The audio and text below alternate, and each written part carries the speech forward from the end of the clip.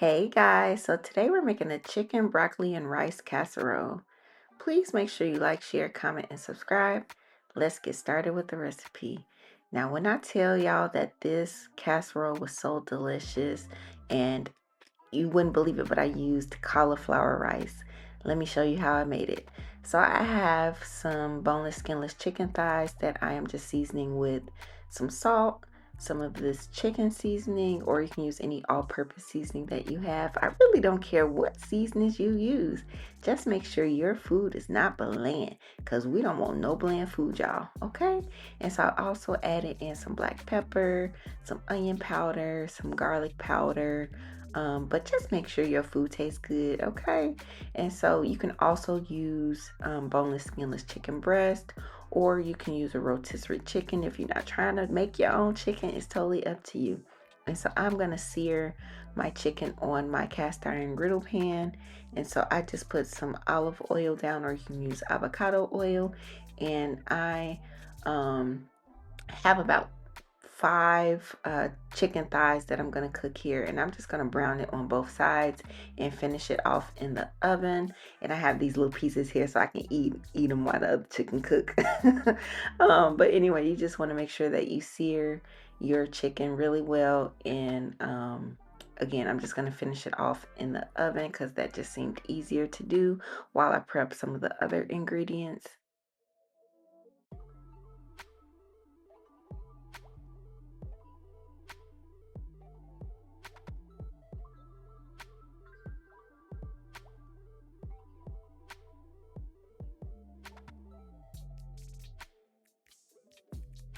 And so this is what the chicken looks like when it's done. I did cook my chicken the day before, but you can make it all in the same day if you want to. And so next I'm going to chop up half of a yellow onion. You can leave the onion out if you don't like onions. It's that simple. And I'm also going to chop up 3 cloves of garlic, or you can use the jarred garlic or garlic powder. Totally up to you. This is your casserole. You can add or omit whatever you like. And so I'm just gonna finely dice or chop my garlic, and then we're going to move on to the next thing that we're going to chop, which is the chicken. And so I decided to dice my chicken, but you are free to shred the chicken. And again, you can use rotisserie chicken if you don't want to make your own chicken.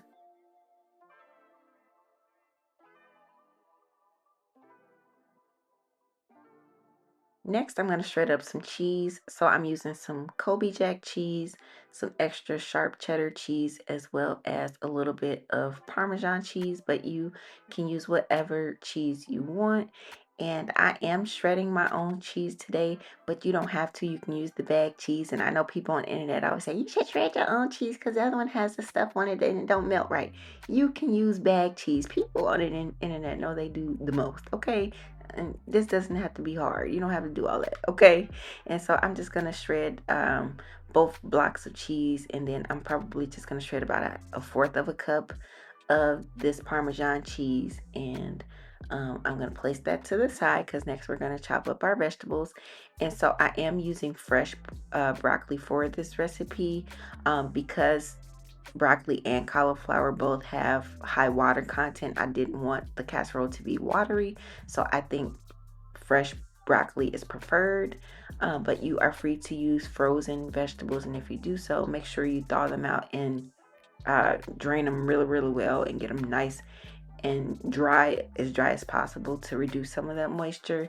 And it's more cost effective to make your own cauliflower rice. So a head of cauliflower is a little over $3 per head, and you're probably paying like $4 or $5 for a little bag of cauliflower rice in the freezer. So it's really cost effective and easy to make at home. And so I'm just going to put my clean cauliflower into my food processor, and I'm just going to pulse it a few times. You don't want to do it too much because you don't want it to be too small. And so this is the texture or size that I'm going for, and I did do it in batches just so that it could be a more even size. But again, make sure if you're using fresh, make sure it's clean, and you also still want to make sure that you get some of that liquid off of it. And so I'm just gonna blanch my fresh broccoli for about 3 minutes, and then I'm gonna take it out and make sure that I let the water drain off really, really well. And I'm also gonna cook my cauliflower rice just for a little bit to make sure there's no additional moisture in there. And so I did put a little bit of salt in hopes that it would dry out some of that liquid if possible. So I probably sauteed this for about 3 minutes. I didn't want to cook it all the way through because I don't want it to be mushy in the casserole. And so I am adding about half of a block of, or a third of a block of some reduced fat cream cheese. And then I'm going to add in my broccoli and my cauliflower. You don't have to use cream cheese if you're wanting something lower fat. So you can use the fat free, like cream of chicken, cream of celery, something like that. Or you can use cottage cheese if you're looking for higher protein. But we all know I ain't putting no cottage cheese. I'm done with cottage cheese, okay? And so I'm using the same seasonings to season the broccoli and cauliflower, because you want to make sure that you season every layer of your food. I promise you, you want your food to taste good to you, okay? And so I'm also going to add in some dried parsley flakes, and then I'm just going to mix all of this together. Um, and of course, the glass bowl that I was using wasn't big enough to mix everything because I need to add in the cheese. So I'm adding in um most of the cheese, but you want to reserve some of it to put on top of the casserole. So I'm just going to mix all of this together, and then I'm going to put it into a greased casserole dish. And you want to make sure you taste your filling for seasoning, because again, it gotta taste good to you, okay? And this was super, super duper easy. I've never made this before, but it turned out a lot better than expected. And so I just put it into a greased baking dish, and I put it in a 350-degree oven for about 30-35 minutes. I'm just topping it off with that cheese that we put to the side, and I'm going to sprinkle some smoked paprika and some parsley flakes on top. But this was really, really good, you guys. And I was concerned that it would be watery due to the broccoli and the cauliflower rice, but it turned out really, really well. And it was absolutely delicious. This is perfect for fall, perfect for meal prep, perfect for the holidays. And it's, lower in fat, low in carbs, high protein, and it was absolutely delicious. The cauliflower still had texture, like it still had a crunch to it. Um, it was just divine. Okay, I would definitely make this again. And so this is the finished product, you guys. You want to make sure that you let it sit for a little bit just so everything can come together. I didn't let it sit, but I would suggest letting it sit for about 10 to 15 minutes.